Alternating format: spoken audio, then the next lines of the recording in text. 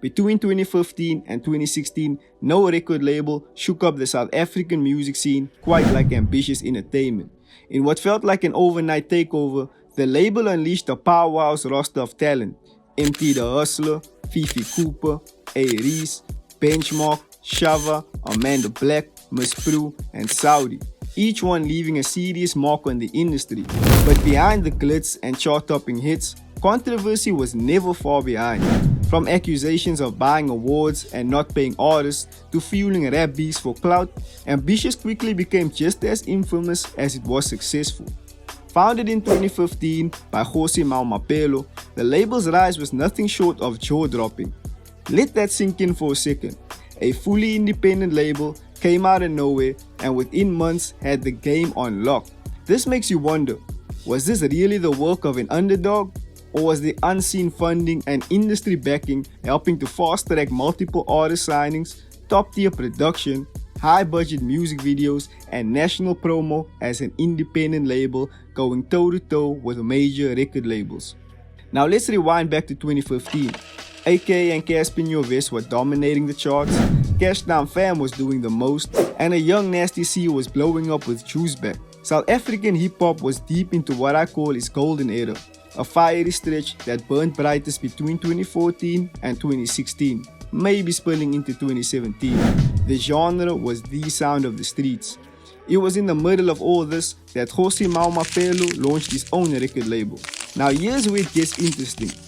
Jose is reportedly the younger brother of Supra Maumapelo, former Northwest Premier and a musician in his own right. That alone hints at some serious political and industry leverage. Now I'm not saying Ambitiouz's early rise was built solely on connections, but let's be real. Ignoring the advantages of having a politically connected brother in a game where access is everything, that would have been a missed opportunity. Especially when you consider the rise of Mabala Noise, another label with political ties that signed big names like Nasty C and the late Ricky Rick. Regardless of what fueled it, one thing was clear: Jose moved fast. He quickly assembled a roster of talent that would soon flip the entire hip-hop landscape on its head. One of the first generation of artists the label signed was Fifi Cooper. Fifi Cooper started her music career as an R&B singer before her musical versatility saw her release her breakthrough single Chechela Morajo, which earned massive airplay on radio and did well to gain her new grounds in the South African music industry. Jose snatched up Fifi Cooper and signed her to Ambitiouz Entertainment. Her breakout moment came in 2015 with the single Kisses, featuring and produced by A.B. Crazy. The track, with its pop rap sound, became a major single, achieving radio airplay and dominating music channels like Channel O, MTV Base, and Trace Urban. She followed up with a debut album, 20 The album earned her 3 Metro FM awards and SAMA nominations for Best Newcomer and Best Female Artist. At a time when SA hip-hop was heavily male-dominated, Fifi held her own and proved she could go toe-to-toe with the boys. While Fifi's public image was glowing, cracks behind the scenes quickly began to form. In 2016, Sunday World broke the story that Ambitiouz boss Jose Maumapelo was allegedly taking 50% of the prize money artists won at these award shows. Fifi and Emtee were both reportedly affected. The figure felt wild, especially since standard management fees usually range around 20%.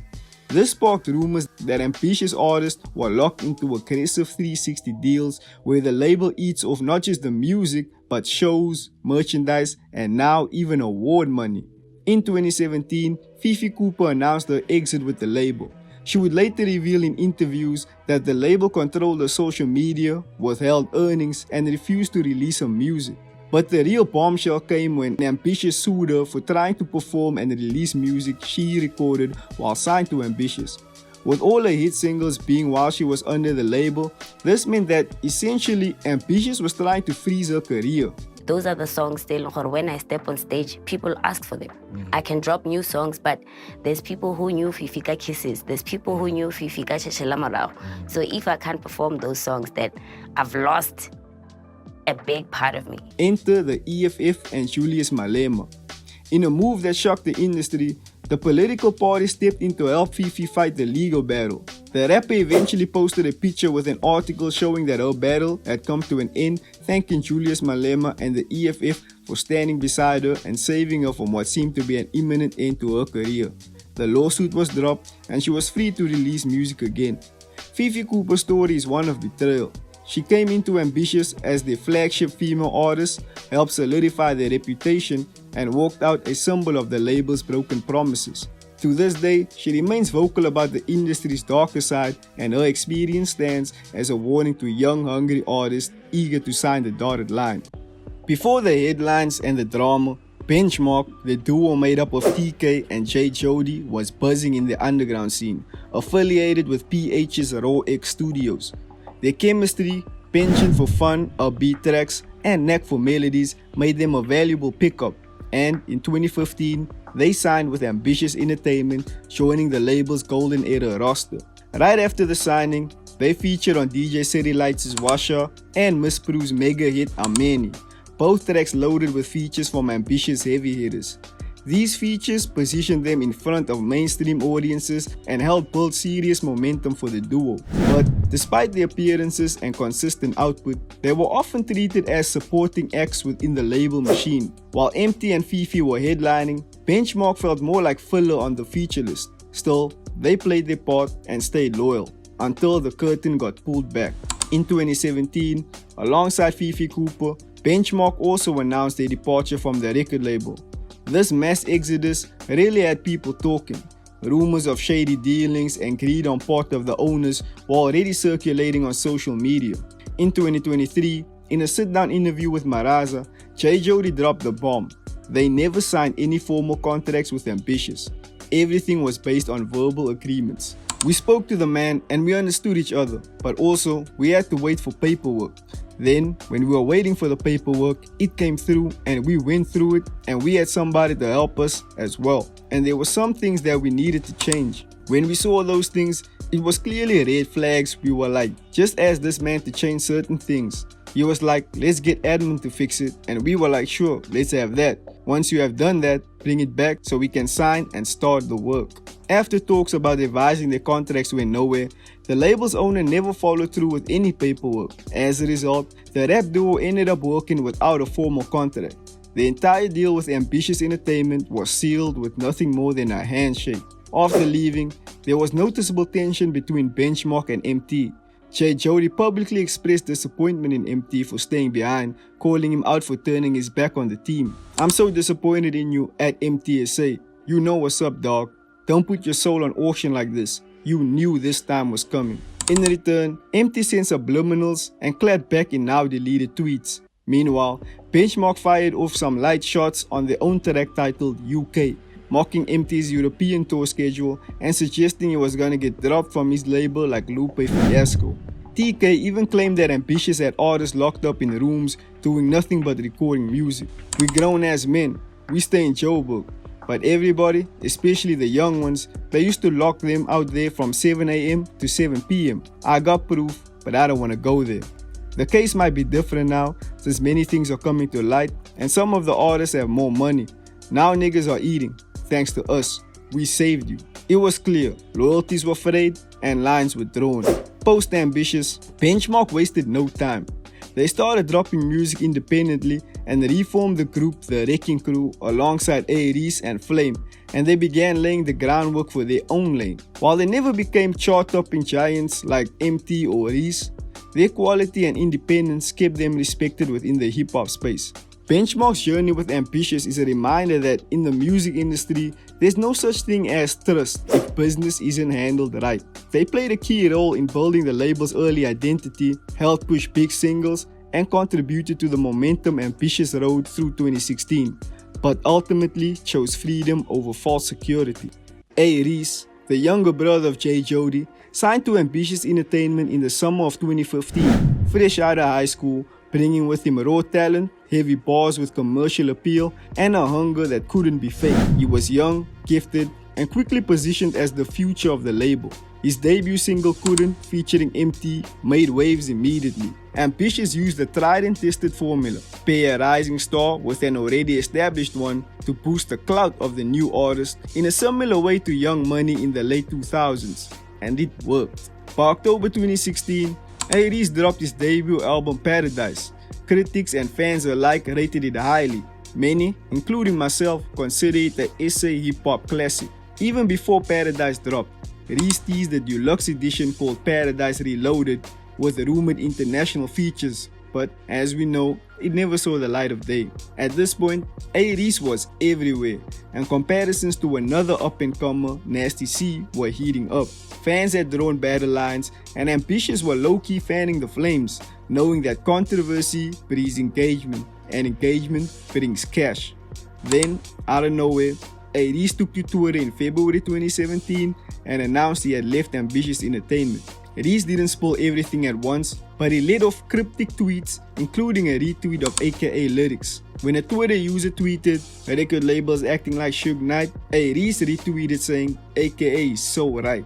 He didn't have much to say, but fans connected the dots. Directly after the exit, Reece dropped an unmixed and unmastered track titled Loyal, airing out his frustrations. Later, in interviews with Scoop Makatini, Reece revealed that he as well had never signed an actual contract. Once again, everything was based on a verbal agreement. In other words, he was killing charts, packing shows, and representing Ambitiouz, all without a legally binding deal. Ambitiouz didn't take A-Reece's shots lightly. After dishing out defamation notices to those involved, the label had a trick of their own up their sleeves.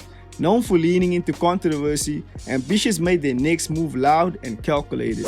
They signed rapper Kid Teeny, a clear replacement for A-Reece. Now, Kid Teeny came into the scene with a serious pen game. By the time he joined Ambitiouz in 2017, he was already bubbling under, known for his heavy bars and thoughtful delivery.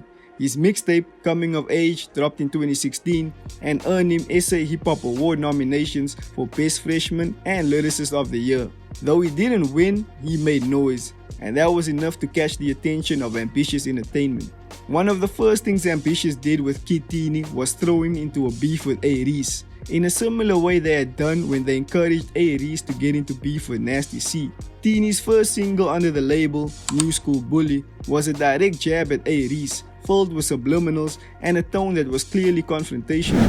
Then, Kid Teeny dropped a diss track titled Movie after Reece released Meanwhile in Honeydew. It was direct, calculated, and the music video was even shot in A-Reece's own neighborhood. Teeny showed he could rap, no question, but fans weren't buying into the forced rivalry. Many saw him as Ambitiouz's pawn, used as a weapon in the bigger battle with his former artist. A-Reece didn't let his foot off the gas though. He went indie and, as mentioned, formed the Wrecking Crew, a collective with other young talents like Flame, Benchmark, Echo, and Mash Beats. He dropped From Me to You and Only You in 2017, and I'm Only 21 in 2018, and the fan favorite Reece Effect in 2019. Without a major label, he built up a cult following that rivals most signed artists. To this day, A-Reece remains as one of the most respected rappers in the game, and many credit his departure as the moment the world saw Ambitiouz for what it really was, a label built on shaky deals and superstar exploitation.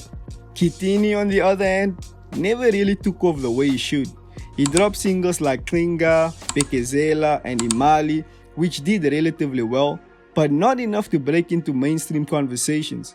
Ambitiouz didn't seem to have a clear rollout strategy for him. No full-length album came for years, and when it finally did, it dropped 3 years later in December 2020. The Second Coming had strong features from Questa, La Source, Black Diamond, and others, but there was little to no promo, almost like the label dumped the project just to fulfill contractual obligations. The album didn't stick, and fans noticed. Kid Teeny basically fell off the face of the planet. His Spotify activity dried up, and his social media became a ghost town. No updates, no music, no nothing. Kid Teeny had all the ingredients to become a star, but the timing and label politics dimmed his shine. Instead of focusing on building him up properly, Ambitiouz used him to carry beefs and fill gaps. Then, didn't follow through with long-term vision or consistent support. In a different setting, with a tighter team and better rollout, Kid Teeny could have been one of the most respected lyricists of his generation. Instead, he became part of Ambitiouz's long list of what could have been. When Emtee signed to Ambitiouz Entertainment in 2015, few could have predicted just how massive he'd become. or how complicated his relationship with the label would turn out. I dropped a video 6 months ago detailing Emtee's come up and going through each of his studio albums. If you want to check it out, hit the link in the description, but be warned, this video is over 40 minutes long. Emtee came straight out of the gate swinging. His debut single, Roll Up, was a smash. It dominated radio, flooded playlists, and top charts. The remix with Wizkid and AKA only amplified his reach. That same year, his debut album A-Reece dropped and quickly went platinum. Emtee walked away with multiple awards at both the Metro FM Awards and the South African Music Awards, including Song of the Year and Best Rap Album. Ambitiouz had found their star and they knew it. Even as drama started swirling around the label, Emtee remained loyal. When A-Reece, Fifi Cooper, and Benchmark left in 2017, citing financial exploitation and contractual disputes, fans waited for Emtee to follow, but he didn't. Instead, he doubled down on his loyalty, stating that Ambitiouz had changed his life and given him a platform. But that loyalty eventually came at a cost. By 2018 and 2019, Emtee started publicly expressing his frustrations. He went on Twitter rants about not getting paid fairly, not owning his music, and feeling sidelined by the very label he once defended. When his project DIY2 didn't perform as expected, Emtee blamed the lack of promo and support on Ambitiouz Entertainment. Fans started the hashtag #FreeEmtee campaign, echoing calls for him to leave the label and reclaim his career. There were also reports that Ambitiouz had repossessed his house and cars, but the label denied it. In later interviews, he revealed that after a car crash, his label didn't check on his well-being, but instead hit him with a 700,000 rand bill in order to be released from his contract. He also claimed the label owned nearly everything tied to his name, and that most of his earnings from the shows, bookings, and awards had been taken by Ambitiouz. Post-Ambitiouz, Emtee began rebuilding his brand, but the scars from his time at Ambitiouz were evident. His trust in the industry was fractured, and the transition to independence came with its own set of challenges, from drug abuse to domestic violence accusations. Still, his story became a cautionary tale in the South African music industry, a classic rise and fall label saga with all the glitz and betrayal that comes with it.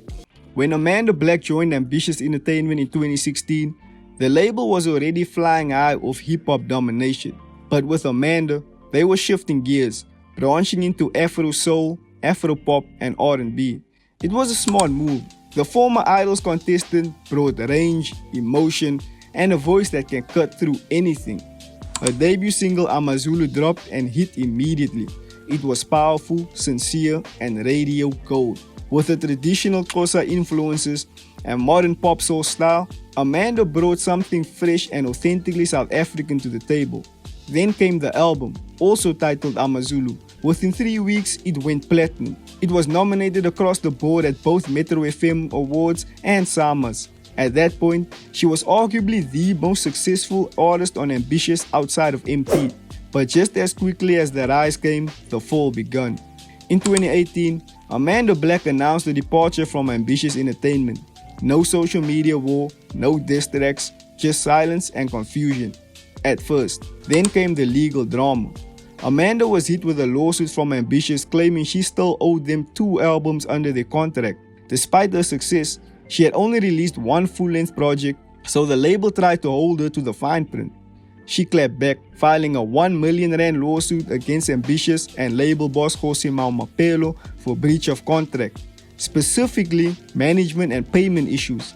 According to Amanda, she hadn't been paid for gigs between December 2017 and April 2018 and didn't receive her full share from the 200k she won at the Metro FM Awards.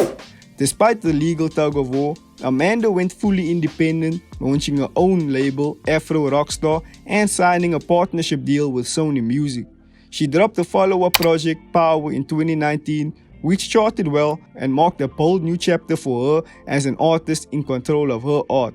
She no longer needed the Ambitiouz machine, she built her own. Another artist I quickly wanted to bring up is Saudi. Saudi came into Ambitiouz Entertainment as part of the African trap movement alongside Emtee, Sjava, and producer Ruff. Compared to the commercial trap sound of Emtee, Saudi's trap sound was much darker and even more melodic and emotionally raw. He wasn't flashy, He was low-key and arguably one of the best pure trap artists the country had seen.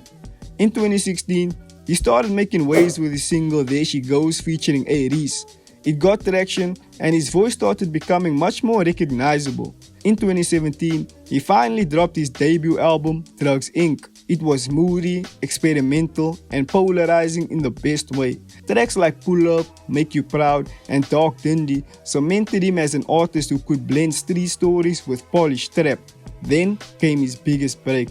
One of the highlights of Saudi's career was when he featured on the Black Panther soundtrack curated by Kendrick Lamar and Top Dawg Entertainment. His contribution to the track X with Schoolboy Q, 2 Chainz, and Kendrick was Fuego, and the numbers backed it up. The song sits at over 200 million Spotify streams. This was massive exposure for any artist, let alone one from South Africa. But here's where things get a bit frustrating. Ambitiouz basically fumbled the bag. Instead of leveraging that moment to launch Saudi internationally or even locally with a serious push, the label basically did nothing. No major PR, no rollout, no high-budget visuals, no global tour connections. It was just another moment that came and went. Saudi later said that he never saw a cent from the Black Panther feature, claiming the label didn't pay him anything from the royalties. But to be fair, Ambitiouz denied this and said that they themselves hadn't received money either. But come on, even Sjava, who was on the album, had similar complaints, and Ambitiouz's reputation at this point pretty much preceded itself. For a long time, Saudi remained loyal. In interviews, he said he still had music to drop under the contract and wasn't ready to leave just yet, but his frustration was showing. He tweeted in 2020 that Ambitiouz was indeed a shitty label and confirmed that he had left after his 3-year contract had expired. It wasn't a big messy fallout, he just quietly exited. Saudi was never the loudest. He didn't beef on Twitter, he didn't throw shade in interviews, he just wanted to make music, and Ambitiouz failed to do right by him. Saudi could have genuinely been one of the biggest trap exports to come out of South Africa. Instead, he became another casualty of the system, whose brilliance is still waiting to be fully recognized. Emtee da Dubai was a breakout voice with a soulful style, blending Maskandi, Afro-pop, and emotion-heavy vocals that stood out from the usual hip-hop crowd at Ambitiouz. He signed to the label as part of their push into more homegrown, Afrocentric sounds alongside artists like Malome Vector and Black Diamond. Dubai's big break came when he was featured on Big Zulu's smash hit Mali Iningi alongside Ricky Rick. The song was everywhere, on the radio, on commercials, on the streets. It topped charts, hit millions of views on YouTube, and became one of the biggest songs of that year. But while the song exploded, Dubai saw almost no money. In April 2022, Dubai posted a statement on Facebook claiming he only made 3,700 Rand a month. Now, let that sink in as well. A man featured on a nationwide hit was allegedly being paid less than an entry-level intern. Fans were outraged, social media exploded, and the Ambitiouz exploits artist narrative gained even more steam. Trying to clear their name, Ambitiouz dropped screenshots of payment receipts, claiming they had paid Dubai up to 50,000 in some months. They argued that the 3,700 was a food allowance and not his actual salary. But by that point, the damage was done. The court of public opinion had already decided. Ambitiouz was starving its artists while eating off their talent. Even Big Zulu had to release a statement distancing himself from the drama and clarifying that his label had no part in the issue, putting the blame squarely at Ambitiouz's doorstep. Right after the controversy, Ambitiouz released Dubai's debut album Amagama without his consent. Dubai was furious. He publicly stated that he had nothing to do with the album and claimed it was dropped behind his back. This was a breaking point, and within a month, he announced his departure from Ambitiouz Entertainment. The same pattern had repeated itself. Even after leaving, the war didn't stop. Dubai accused Ambitiouz of removing his music from his own YouTube channel, including the fan-favorite voicemail. The label claimed it was copyright protection. Dubai saw it as sabotage. It was textbook Ambitiouz. Use the artist to blow up, own all of the IP, and weaponize it if they try to walk away. Dubai's story is a perfect example of how numbers don't always equal paychecks. especially under exploitative contracts. He had one of the biggest features in the country, but his bank account didn't reflect it, and when he spoke out, the label responded with cold corporate PR and financial statements instead of real accountability. When Black Diamond signed with Ambitiouz in the late 2010s, the label had already lost most of its big guns. Basically, the brand was bruised. But then, Black Diamond pulled up and shifted the energy. Their unique sound, blending Afropop with Maskandi, R&B, and subtle hip-hop influences, was fresh, and their image was clean. Their breakout track, Summer Yomuti, was a certified banger, going #1 on Channel O's Top 30, racking up to over 20 million views on YouTube and dominating radio. It was the summer anthem of 2020. Black Diamond was now Ambitiouz's front-running act. And to be fair, the label did push them.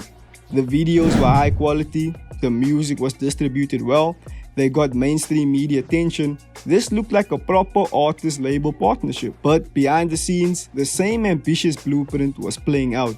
By 2021, Black Diamond weren't being name-dropped by Ambitiouz anymore. They were dropping songs under their own brand, Umuti Records, and doing their own thing without the label's tag. Then the whispers became headlines. They left Ambitiouz quietly in December 2021. When pressed, they confirmed it on Mac G's podcast and show, saying it was an amicable split with no drama. They took the high road, didn't bash the label, and said they wanted more creative and business control. But Ambitiouz wasn't letting that go down quietly. In 2023, Ambitiouz responded to a tweet claiming Black Diamond had outsmarted the label by saying they still sign. In a new twist, Sunday World reported that the duo left the record label in tatters. According to the reports, the record label stated the duo unlawfully cancelled its contracts and continued to be paid for gigs behind the label's back. This was after the duo had been dropping under their own label, doing interviews, and showing no affiliation to Ambitiouz. The situation escalated when Ambitiouz released Danya Dev's solo album early, a day before the official date, claiming it was their intellectual property. At that point, it was clear. Ambitiouz was trying to control or disrupt the duo's independent moves, just like they had done with Amanda Black, Ntabayashi Dubai, and others before. Black Diamond took Ambitiouz to court over the takedowns and ownership claims, and they won. The court ruled in their favor, allowing them to reclaim their music and continue releasing under their own record label. It was a major W, not just for them, but for every artist Ambitiouz had tried to silence or sidelined after leaving. Black Diamond were Ambitiouz's last big success, and they proved that you can build under a label and still bounce on your own terms. They learned the game, stayed quiet, and handled business the smart way. They didn't tweet through it, they didn't rant in interviews, they took it to court and won. Now fully independent, Black Diamond continues to thrive. Their success is proof that artists can outgrow the machine and still shine without it. Before we wrap this up, I gotta mention a few names I didn't get to dive into. Gigi Lamaine came in sharp, knew the game, and exited quickly before the chaos could stain her brand, a move that showed foresight and finesse. Pretty Ugly joined the label with serious lyrical talent, but it quickly became clear that Ambitiouz didn't know how to market an artist like him. He walked away without the shine he deserved, but still in full control of his music and his values. And then there's Sjava, the last warrior, who stayed loyal through the storm and walked away not bitter but wiser. His departure felt like the final page of an era. The way Ambitiouz treated artists, paired with all the petty social media trolling, left a sour taste in a lot of people's mouths. At this point, any artist would think twice before signing to Ambitiouz, because let's be honest, there aren't many upsides.